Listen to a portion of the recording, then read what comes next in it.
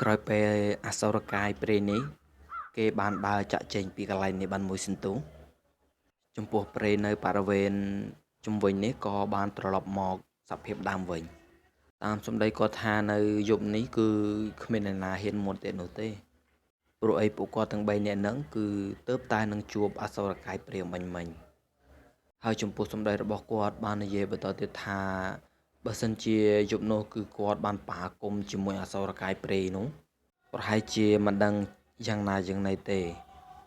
នេះពិតជាប្រសើរហើយព្រោះអីពួកគាត់ទាំង3នាក់ហ្នឹងគឺបានសូត្រនៅមន្តគិតថាដើម្បីចាក់សោររៀងខ្លួនដើម្បីកុំឲ្យអសុរកាយព្រៃនោះបានមើលឃើញបើនិយាយទៅការចាក់សោររបស់គាត់ទាំង3នាក់ហ្នឹងគឺបើពពួកអវិញ្ញាណគឺមិនអាចមើលឃើញបាននោះទេលុះត្រាតែពួកគាត់បានដោះសោររៀងខ្លួនវិញទើបពពួកអវិញ្ញាណទាំងអស់បានមើលឃើញវិញ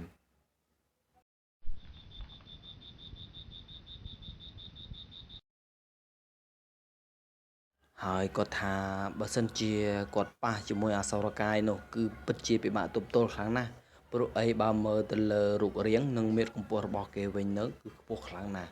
គឺខ្ពស់ជាងដើមត្នោតរាប់រយម៉ែត្រឯណោះ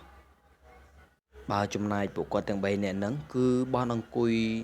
នៅលើថ្នាក់អស់ពាក់កណ្ដាលយប់គឺគ្មាននរណាម្នាក់បានហ៊ានមាត់ឬក៏និយាយស្ដីមួយម៉ាត់ឡើយ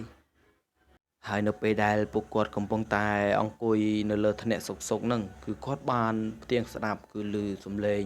និយាយគ្នារអ៊ូដើរមកពីផ្លូវម្ខាងគាត់ថាដូចជាមានក្រុមមនុស្សមួយក្រុមគឺពួកគេកំពុងតែដើរមកកាន់ទីនេះអញ្ចឹងនៅពេលដែលក្រុមមនុស្សទាំងអស់នោះគឺគេបានដើរមកដល់ក្រោមដើមឈើដែលពួកគាត់កំពុងតែស្នាក់នៅនេះស្រាប់តែក្រុមមនុស្សទាំងអស់នោះគឺគេបានឈប់ហើយគេក៏លែងនិយាយស្ដីឬក៏និយាយគ្នាអីទៀតនោះហើយ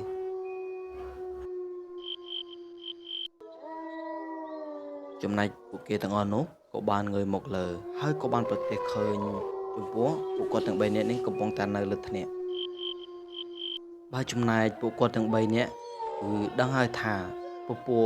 ក្រុមមនុស្សទាំងអស់នេះគឺបានដឹងថាគាត់នៅលើថ្នាក់នេះហើយបើតាមតែគាត់មើលទៅគឺអ្នកខ្លះគឺមិនមានក្បាលនោះទេហើយអ្នកខ្លះទៀតហ្នឹងគឺមានត្រឹមតែមួយកណាត់ខ្លួននៅពេលនោះដែរក្រុមមនុស្សទាំងអស់នោះគេក៏បានស្រែកសាកសួរទៅពីខាងក្រោមថាឲ្យម្ហូបអាហារគេខ្លះមកព្រោះអីកាលពីល្ងាចមិញហ្នឹងគឺពួកគេបានធំក្លិនឈ្ងុយខ្លាំងណាស់នៅពេលនោះពួកគាត់ទាំង3នាក់ដែលកំពុងតែអង្គុយនៅលើថ្នាក់នេះគឺពួកគាត់អង្គុយធ្វើដូចធម្មតាគឺគ្មានអ្នកណាស្ដីតបតជាមួយនឹងរូបកាយដែលនៅខាងក្រោមនោះឡើយហើយបងប្អូនគូគិតទៅមើលតើមានមនុស្សឯណាដែលដើរមកអត់មានក្បាលហើយនឹងមានមួយកណាត់ខ្លួនបែបនេះនោះដោយសារតែការស្រែកសំដដែលចំពោះក្រុមមនុស្សខាងក្រោមដដែលពេកទើបធ្វើឲ្យអំផនហ្នឹងគឺគាត់បានតបថាពួកគាត់គ្មានម្ហូបអីនោះទេទៅពួកឯងឆាប់ចាក់ចេញពីកន្លែងនេះឲ្យបាត់ទៅនៅពេលដែលសម្ដីរបស់អំផនគាត់និយាយដល់ត្រឹមនេះភ្លាមចំណែកក្រុមមនុស្សខាងក្រោមអ្នកហ្នឹងគឺគេលែងនិយាយស្ដីអីទៀតហើយគឺពួកគេប្រែមកជាលេបទឹកមាត់ឡើងលឺតែម្ដងហើយការលេបទឹកមាត់របស់គេនឹងគឺលឺខ្លាំងណាស់បើសិនជាយកគោមួយក្បាលឲ្យគេស៊ីនឹងគឺពួកគេស៊ីខ្ទេចទៅហើយគឺគេប្រៀបដូចជាអត់អាហារជាង 4-10 ឆ្នាំគឺនេះគឺជាសម្ដីរបស់ពួកគាត់ទាំងពីរនាក់បាននិយាយនៅពេលនោះក្រុមមនុស្សដែលនៅខាងក្រោមថ្នាក់នឹងគឺពួកគេបាននិយាយព្រមគ្នាថាបើសិនជាគ្មានម្ហូបនោះទេពួកអញនឹងស៊ីពួកឯងជាអាហារហើយចំណែកឯទូររតវិញនឹងគឺគាត់បានឮក្រុមមនុស្សទាំងអស់នេះគឺគេនិយាយបែបនេះធ្វើឲ្យគាត់ទ្រាំមិនបានគាត់ក៏បាននិយាយតទៅក្រុមមនុស្សទាំងអស់នោះថាណែពួកអាខ្មោចយាមព្រៃបើសិនជាពួកឯងមានសមត្ថភាពពិតមែននោះតែប្រយ័ត្នស្លាប់លើកទី2វើយតែស្លាប់លើកនេះគឺគាត់បានកំចាយព្រលឹងរបស់ពួកឯងហើយព្រលឹងរបស់ពួកឯងគឺមិនអាចទៅចាប់ចិត្តចាប់កណាត់បានទេនៅពេលដែលទូរតគាត់និយាយដល់ត្រឹមនេះចំណែកសំឡេងនៅខាងក្រោមហ្នឹងគឺគេហាក់ប្រៀបដូចជាមើងងាយលើសមត្ថភាពរបស់ពួកគាត់ទាំង3ខ្លាំងណាស់ពួកគេក៏បានសើចឡើងរំពងព្រៃតែម្ដង លុះពេលនេះបន្តិចពួកគេក៏បានបន្រិចខ្លួនឡើងខ្ពស់តែម្ដងយើងដឹងហើយថាពួកខ្មោចតៃហោងទាំងអស់នេះគឺពួកវាអាចសម្លាប់មនុស្សបានហើយដោយសារតែការសាងបាបកម្មនៅខាងក្រោមពេលនេះគឺធ្វើឲ្យគេមានឫទ្ធិអំណាចនៅពេលដែលពួកគេបន្រិចខ្លួនមកខ្ពស់បែបនេះបើចំពោះលោកអមទាំង3ហ្នឹងគាត់ក៏បានមើលឃើញច្បាស់ថាអ្នកខ្លះគឺគេបានលឿនអណ្ដាតឡើងវែងហើយភ្នែកគេឡើងខូងតែម្ដងហើយចំណែកអ្នកខ្លះវិញគឺមានកញ្ចក់ឡើងស្រួចហើយពួកគេប្រៀបនឹងវាយប្រហារគាត់ទៅហើយតែចំណែកអំផាត់គាត់នឹងបំរុងនឹងប្រើតម្រាក្រុងឆេះទៅហើយប៉ុន្តែបានពលរដ្ឋគាត់ក៏បាននិយាយថាមិនអីនោះទេពួកអាខ្មោចតៃហោងទាំងអស់នេះទុកឲ្យគាត់ទៅបានហើយតើបងប្អូនដឹងទេតម្រាក្រុងឆេះនឹងគឺជាអ្វីតម្រាក្រុងឆេះនឹងគឺគេប្រើដើម្បីសម្លាប់នៅពពួកខ្មោចតៃហោងតែម្ដងបើសិនជាមានគុរកម្មណាប្រើតម្រានេះគឺធ្វើឲ្យពពួកអវិញ្ញាណដែលមកយីគាត់នឹងគឺខ្ចាយព្រលឹងទាំងអស់គឺមិនអាចទៅចាប់ចិត្តចាត់កំណត់បាននោះទេដូច្នេះហើយទើបទូរ៉តគាត់មិនដាច់ចិត្តសម្រាប់ពពួកខ្មោចតៃហោងទាំងអស់នេះឡើយទើបគាត់បានយកធរករណីដើម្បីសង្គ្រោះដល់ពួកគេទាំងអស់នោះពេលដែលទូរ៉តនិយាយបែបនេះរួចគាត់ក៏បានយកដៃលូកទៅក្នុងថង់យាមរបស់គាត់ក៏បានដកយ័ន្តមួយសន្លឹក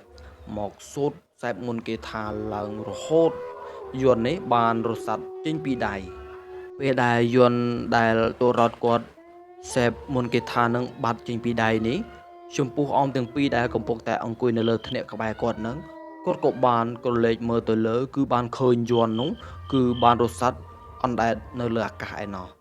ពួកសម្ដីរបស់គាត់ទាំងពីរបាននិយាយថាបើចំពោះរូបរាងយ័ន្តដែលអណ្ដែតនៅលើអាកាសនោះគឺមានដូចជាខ្លាំងណាស់គឺមានដូចជាពណ៌មាសអញ្ចឹងគឺបានជះមកចំពួកខ្មោចតៃហោងទាំងអស់នោះចំណែកទូរ៉តវិញនឹងគាត់ក៏បានសេពមុនគិតថាសូត្រឡើងលឺតែម្ដងហើយបើក៏លេចទៅមើលពពួកខ្មោចតៃហោងទៅឯនេះវិញនៅពេលដែលបានឃើញយន្តរបស់ទូរ៉តមានដូចជាបែបនេះពួកគេក៏បានថយម្នាក់មួយចំហៀន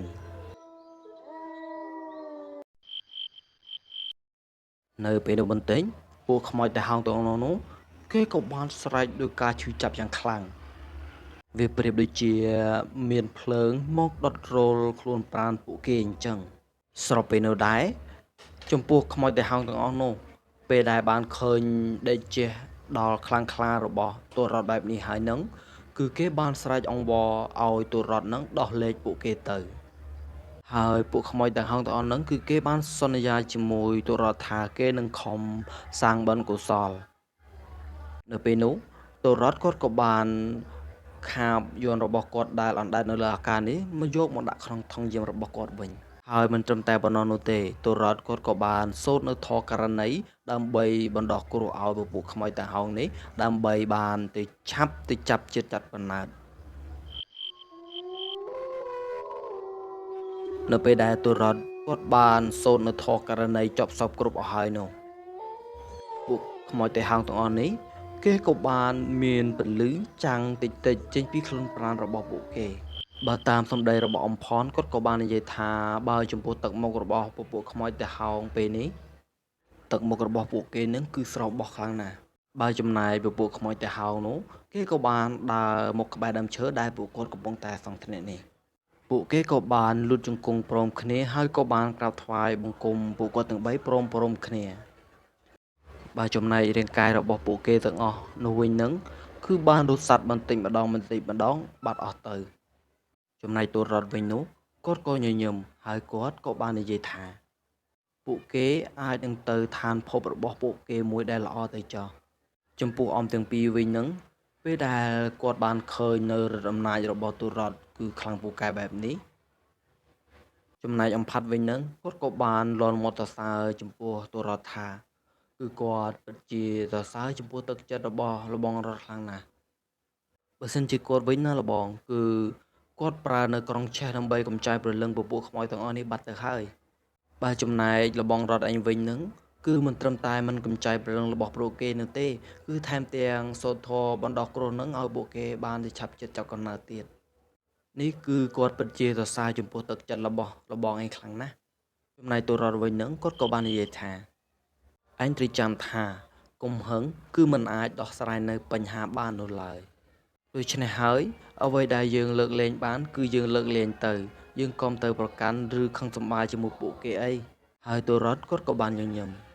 លុះពួកគាត់និយាយគ្នាដល់ត្រឹមនេះហើយពួកគាត់អង្គុយនៅលើធ្នាក់នេះបានមួយសន្ទុះទៀតពេលនោះគាត់ក៏បានស្រាប់តែលឺសម្រិបជើងដើរមកចំពោះសម្រិបជើងនីតិសោតគឺគេបានដើរជន់នៅលើស្លឹកឈើងាប់ហ្នឹងគឺលឺសូរប្រោកប្រោកហើយនៅពេលដែលរូបកាយនឹងគឺគេដើរមកដល់កន្លែងដែលដើមឈើគាត់សង់ធ្នាក់ហ្នឹងគឺគេបានឈប់ហើយលោកអំទាំង3ហ្នឹងគាត់ក៏បានឃើញច្បាស់ថាគឺជាស្ត្រីម្នាក់ដែលគេដើរមកហ្នឹងគឺគេ3កូនតូចគឺ3ជាប់នឹងទ្រូងតែម្ដងហើយចំពោះស្ត្រីម្នាក់នោះគឺគាត់បាននិយាយថាគឺគេនឹងពាក់រូបពណ៌សហើយបើមើលទៅលើសក់គេនឹងឡើងវែងអស់ដីទៅហើយភ្នែករបស់គេនឹងឡើងលៀនធ្លាក់មកក្រោមបើចំណែកពួកគាត់ទាំង3នាក់នឹងគ្រាន់តែមើលទៅក៏ដឹងថាជាព្រាយដែរហើយបើស្ត្រីនោះវិញគឺគេបានដើរផងហើយគេនឹងក៏បំពេកូនផងដែរបើនិយាយពីសម្លេងរបស់នារីម្នាក់នោះវិញនឹងគឺមានសម្លេងឡើងក្រលួចគ្រាន់តែពួកគាត់ទាំង3ដែលអង្គុយលើធ្នាក់នេះគឺស្ដាប់ទៅក៏បានព្រឺរោមដែរនេះបើសិនជាមនុស្សធម្មតាវិញនោះពេលដែលឮសំឡេងនាងព្រាយបំពេកូនបែបនេះហើយនឹងប្រហែលជាឈឺឬក៏ដល់ថ្នាក់រង្គោះសក់ទៀតក៏ថាបានដែរហើយចំពោះនាងព្រាយម្នាក់នោះគឺគេដើរបណ្ដើរគេបំពេកូនគេបណ្ដើរប៉ុន្តែមិនដឹងយ៉ាងម៉េចគឺមកដល់កន្លែងដើមឈើដែលគាត់សង់ធ្នាក់នេះគឺប្រហែលជាគេបានដឹងហើយថាពួកគាត់នៅកន្លែងនេះហើយគេក៏បានបង្រិចខ្លួនឡើងខ្ពស់គឺចិត្តនឹងស្មើដើមឈើដែលពួកគាត់កំពុងតែសង់ធ្នាក់នេះទៅហើយចំណែកនាងព្រាយម្នាក់នោះគេក៏បាននិយាយមកកាន់អមទាំង3ដែលកំពុងតែអង្គុយនៅលើធ្នាក់នេះថាពូទាំង3នាក់មើលមកកូនខ្ញុំតើគួរឲ្យស្រឡាញ់ដែរទេហើយពេលនោះដែរនារីដែលជាព្រាយនឹងគេក៏បានលើកកូនដែលគេកំពុងតែ3នេះយកមកបង្ហាញអមទាំង3ដែលកំពុងតែអង្គុយនៅលើធ្នាក់នេះហើយដឹងអត់បងប្អូននៅពេលដែលនាងព្រាយនោះគេបង្ហាញកូនរបស់គេឲ្យអមទាំង3បានឃើញនោះតើពួកគាត់បានឃើញយ៉ាងម៉េចគឺពួកគាត់បានឃើញថាកូនរបស់នាងព្រាយដែលកំពុងតែ3នេះគឺជាគ្រោងឆ្អឹងនោះទេដោយសារតែការទ្រាំមើលរបស់ទង្វើនាងព្រាយមិនបាននោះចំណែកអំផននឹងគាត់ក៏បាននិយាយថាណែនាងព្រាយនាងឯងឆាប់ចាក់ចេញពីកន្លែងនេះទៅប្រយ័ត្នអញទ្រាំមិនបានអញប្រាប់ឲ្យហើយវើយនៅពេលដែលអំផនគាត់និយាយបែបនេះភ្លាមចំណែកនាងព្រាយនឹងគេក៏បានប្រែទឹកមុខប្រៀបដូចជាខឹងសម្បារជាមួយពួកគាត់មួយរំពេចហើយបើកៅភ្នែករបស់នាងព្រាយម្នាក់នោះវិញនឹងគឺកៅភ្នែករបស់គេឡើងក្រហមឆ្អៅដូចជាភ្លើងអញ្ចឹងពេលនោះនាងព្រាយម្នាក់នោះគឺគេនិយាយប្រមាថមើលងាយដល់ពួកគាត់ទាំង3ប៉ុន្តែប៉ុណ្ណោះនាងព្រាយម្នាក់នោះគេក៏និយាយថាចង់យកពួកគាត់ទាំង3នាក់នេះយកមកធ្វើប្តីទៀតដោយសារតែសម្ដីរបស់នាងព្រាយនេះនិយាយមិនស្គាល់តូចមិនស្គាល់ធំមិនស្គាល់ទាបមិនស្គាល់ខ្ពស់បែបនេះចំណែកអំផាត់វិញហ្នឹងគឺគាត់មិននិយាយអីច្រើននោះឡើយហើយគាត់ក៏បានលូកទៅក្នុងថង់យាមរបស់គាត់តើបងប្អូនដឹងទេថាអំផាត់ហ្នឹងគាត់ដកអ្វីចេញមកគឺគាត់បានដកខ្សែតីមួយហើយគាត់សូត្រនៅមុនគេថារួចវត្តទៅលើនាងព្រាយនោះធ្វើឲ្យនាងព្រាយនោះស្រែកដោយការជិះចាប់យ៉ាងខ្លាំង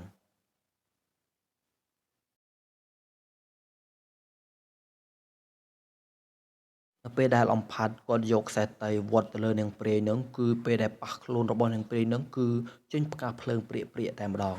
ប៉ុន្តែនាងព្រាយនោះគឺពិតជាសាច់កម្មខ្លាំងណាស់គឺគេនៅតែមាត់រឹងជេរបណ្ឌិតចំពោះពួកគាត់ទៀតនៅពេលដឹងថានាងព្រាយនេះនៅតែមាត់រឹងបែបនេះធ្វើឲ្យអំផនគឺគាត់ទ្រាំមិនបាននោះឡើយគាត់ក៏បានដណ្ដើមខ្សែតីពីអំផាត់នឹងក៏បានវត្តទៅលើនាងព្រាយម្ដងហើយគាត់វត្តលើកនេះគឺមិនវត្ត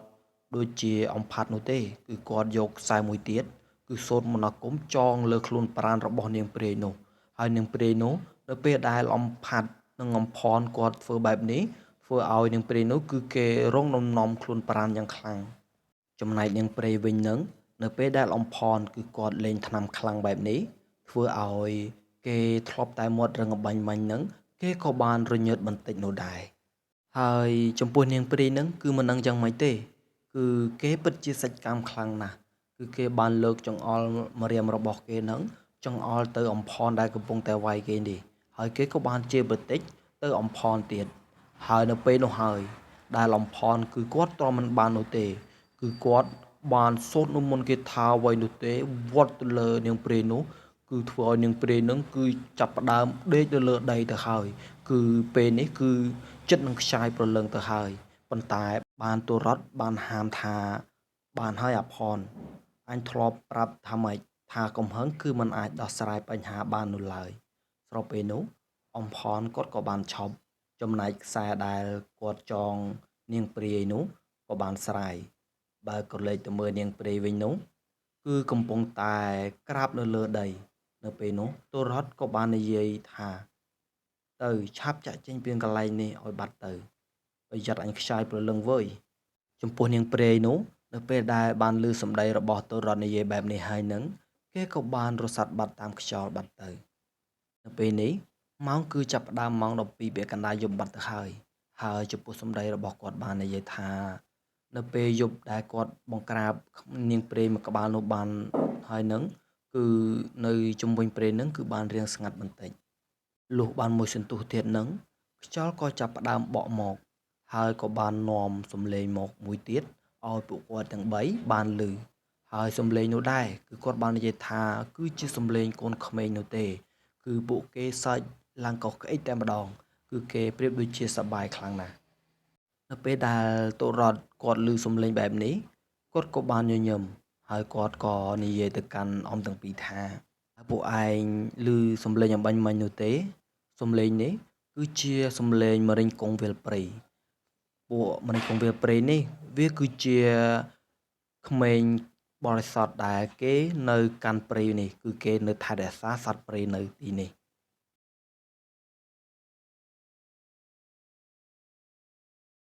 នៅពេលដែលទូរ៉ាត់គាត់និយាយដល់ត្រឹមនេះចំណែកសំឡេងមរិញគង្វាលនឹងគឺកាន់តែលឺគៀកនៅកន្លែងរបស់គាត់នេះទៅហើយនៅពេលដែលសំឡេងនេះកាន់តែគៀកហើយមរិញគង្វាលប្រមាណអ្នកនឹងគេក៏បានដើរមកដល់ទីនេះគឺគាត់បានឃើញថាគឺគេបានជិះដំរីគឺដំរីនឹងគឺ2ទៅ3ក្បាលនោះគឺគេបានឈរប្រឡាញ់ដំរីអ្នកខ្លះគឺគេនៅលើដំរីអ្នកខ្លះទៀតនៅខាងក្រោមដំរីគឺគេពិតជាសប្បាយខ្លាំងណាស់គឺពេលនោះគាត់ក៏បាននិយាយថាតើពួកឯងទាំងពីរមានស្ករគ្រាប់ឬនំនាយដែរទេនៅពេលដែលទូរ៉ាត់គាត់និយាយទៅកាន់អ៊ំទាំងពីរបែបនេះធ្វើឲ្យអ៊ំទាំងពីរគឺគាត់ងើងឆ្ងល់ខ្លាំងណាស់ថាតើទូរ៉ាត់គាត់យកស្ករគ្រាប់ឬនំចំណីនឹងធ្វើអ្វីទៅហើយចំណែកទូរ៉ាត់នឹងគាត់ក៏បាននិយាយថាឯងកុំឆ្ងល់ច្រើនអីឯងឆាប់បើមានស្ករគ្រាប់អីឬនំអីឯងឲ្យមកយើងមកចាំគាត់ធ្វើឲ្យមើលនៅពេលនោះអ៊ំផាត់ជាមួយអ៊ំផនគឺគាត់បានលូកទៅក្នុងថង់យើងរបស់គាត់ក៏បានរកមើលរហូតដល់បានឃើញនំមួយកញ្ចប់នៅពេលនោះគាត់ក៏បានហុចទៅឲ្យទូរ៉ាត់ហើយទូរ៉ាត់ក៏គាត់ពិតជាត្រេកអរខ្លាំងណាស់នៅពេលដែលបានមាននំកញ្ចប់បែបនេះនៅពេលដែលគាត់បាននំកញ្ចប់ពីដៃរបស់អ៊ំផនទៅហើយនឹងគាត់ក៏បានលើកបង្ហាញទៅក្មេងម្រៀងកងវាលទាំងអស់ដែលកំពុងតែប្រឡែងជាមួយដំរីនោះតើបងប្អូនដឹងទេថាទូរ៉ាត់នឹងគាត់និយាយជាមួយម្រៀងកងវាលបែបម៉េចនៅពេលដែលគាត់លើកបង្ហាញនោះចំពោះម្រៀងកងវាលដែលគេលេងដំរីនោះគេក៏បានកលេចមកឃើញទូរ៉ាត់លើកនំបែបនេះគេក៏បានឈប់ប្រឡែងជាមួយដំរីគេក៏បានដើរមកកន្លែងនេះហើយគេបាននិយាយថាឲ្យគេនឹងសុំនំចំណីពីទូរ៉ាត់ផងប៉ុន្តែទូរ៉ាត់គាត់ក៏បានប្រកែកថាចំពោះនំចំណីនេះគឺគាត់ឲ្យគឺឲ្យហើយប៉ុន្តែគាត់អាចសុំនៅអ្វីមួយយ៉ាងពីឯងវិញបានអត់ចំពោះសម្ដីទូរ៉ាត់គាត់និយាយបែបនេះចំណែកម្នេញកងវេលហ្នឹងគឺគេហាក់ប្រៀបដូចជាឈរស្ទឹងមួយសន្ទុះគឺគេហាក់ប្រៀបដូចជាគិតបន្តិចនៅពេលនោះគេក៏បានតបទៅទូរ៉ាត់ថាតើពុកចង់បានអីពីខ្ញុំបើសិនជាពុកចង់បានអីប្រាប់ខ្ញុំមកបើខ្ញុំអាចឲ្យពុកបានគឺខ្ញុំអាចឲ្យបានពេលនោះទូរ៉ាត់គាត់ក៏និយាយថាគឺគាត់មិនសុំអីធំដុំនោះឡើយគឺគាត់សុំតែសត្វព្រៃ2ក្បាលនោះទេហើយគឺគាត់សុំតែ2ក្បាលតែប៉ុណ្ណោះនៅពេលនោះចំពោះម្រេចកូវាទាំងអស់ នឹងគេបានលើបែបនេះហើយគឺគេហាក់ប្រៀបដូចជាមិនចង់ឲ្យសត្វព្រៃទៅពួកគាត់ឡើយហើយពេលនោះគេក៏បាននិយាយថាបើសិនជាខ្ញុំឲ្យសត្វព្រៃទៅពុកគឺពិតជាខុសនឹងច្បាប់ព្រៃហើយពេលដែលឮបែបនេះទូរ៉ាត់គាត់ក៏បាននិយាយថាបើអញ្ចឹងនំដែលនឹងដៃនេះគឺគាត់បានមិនឲ្យទេគឺគាត់មិនឲ្យពួកឯងឡើយព្រោះអីសំណើដែលគាត់សុំគឺមិនបានផងតើមូលហេតុអ្វីបានជាគាត់ឲ្យនំទៅពួកឯងបែបនេះនៅពេលនោះក្នុងចំណោមមរិញកងវិលម្នាក់គឺគេបាននិយាយថាបើពុកចង់បានសត្វពីរក្បាលបែបនេះគឺខ្ញុំអាចឲ្យបានតែខ្ញុំសុំនំពីពុកសិនមកនៅពេលនោះទូរ៉ាត់គាត់ក៏បានបោះនំទម្លាក់ទៅឲ្យពួកក្មេងមរិញកងវិលទាំងអស់នោះហើយពួកគេពិតជាមានសេចក្តីសុខខ្លាំងណាស់នៅពេលដែលគេបាននំកញ្ចប់របស់ទូរ៉ាត់ទម្លាក់ឲ្យបែបនេះគឺគេបាននាំគ្នាឆេះនំនេះអស់រួចគេបំរុងនឹងដើរចេញទៅហើយចំណែកទូរ៉ាត់គាត់ក៏បាននិយាយថាឯងកុំភ្លេចនៅពាក្យសន្យាឯងផងហើយនៅពេលនោះមរិញកងវានោះគេហាក់ប្រៀបដូចជានិយាយបាតដៃក្នុងដៃអញ្ចឹងហើយចំពោះអំផនវិញហ្នឹងគឺគាត់បានដឹងសភាពការដូចជាមិនសូវស្រួលគាត់ក៏បាននិយាយទៅកាន់ទូរ៉ាត់ថាណែលបងនេះលបងគិតច្បាស់ហើយមែនទេថាពពួកអាក្មេងមរិញកងវានេះវានិយាយពិតប្រាកដហើយទូរ៉ាត់គាត់ក៏បាននិយាយទៅកាន់ពួកមរិញកងវាទៀតថាបើសិនជាឯងនិយាយមិនការពិតបែបនេះគឺប្រយ័ត្នគាត់លេងថ្នាំខ្លាំងវើយនៅពេលនោះពេលដែលក្មេងមរិញកងវាឮទូរ៉ាត់និយាយបែបនេះគេបំរុងនឹងចាក់ចេញពីកន្លែងនេះបាត់ហើយមិនតែទូរ៉ាត់គឺគាត់បាននៅពត់សេមានៅកន្លែងនេះគឺគេមិនអាចឲ្យគេចេញទៅបានងាយៗនោះឡើយ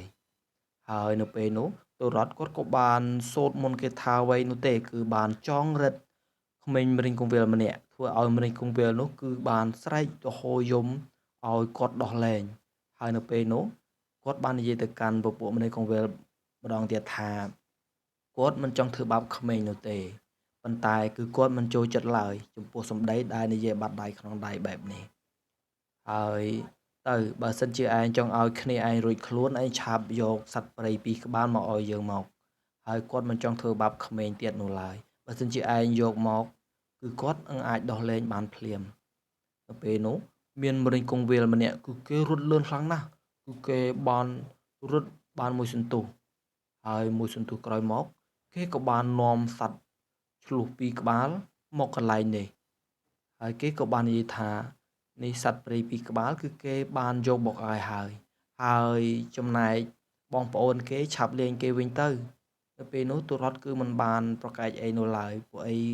គាត់និយាយយ៉ាងម៉េចគឺគាត់ធ្វើបែបហ្នឹងគាត់ក៏បានដោះលែងក្មេងមរិញកងវិលនោះបានចាក់ចេញពីកន្លែងនេះអស់ទៅហើយចំពោះសត្វព្រៃនេះនៅពេលដែលមរិញកងវិលចាក់ចេញអស់ទៅគឺគេបានដេកដួលស្លាប់ដោយឯងតែម្ដងគឺមិនបាច់ពិបាកឲ្យគាត់បាញ់នោះឡើយនៅពេលនោះសាច់រឿងរបស់យើងក៏កាត់ទៅដល់ពេលព្រឹកហើយនៅពេលព្រឹកនេះគឺអមទាំង3គឺគាត់បានចាក់ចេញពីព្រៃនេះត្រឡប់ទៅចូលភូមិវិញហើយគាត់ក៏បានយកសាច់រឿងទាំងអស់ដែលគាត់បានជួបប្រទះនឹងការវាយប្រហាររបស់ពពួកខ្មោចតហោងទាំងអស់នេះយកទៅប្រាប់អ្នកភូមិទាំងអស់ថាមិនអាចចូលទៅព្រៃនោះបានឡើយហើយសាច់រឿងរបស់យើងក៏បានកាត់ទៅដល់ទីបញ្ចប់ហើយបងប្អូនបើសិនជាពេញចិត្តនៅសាច់រឿងរបស់ខ្ញុំសំរ៉ៃនេះសូមជួយចុច Subscribe និងចុច Like ម្នាក់មួយផងដើម្បីឲ្យខ្ញុំមានកម្លាំងចិត្តធ្វើនៅរឿងបន្តទៀតនៅពេលនេះសូមអរគុណសូមជម្រាបលា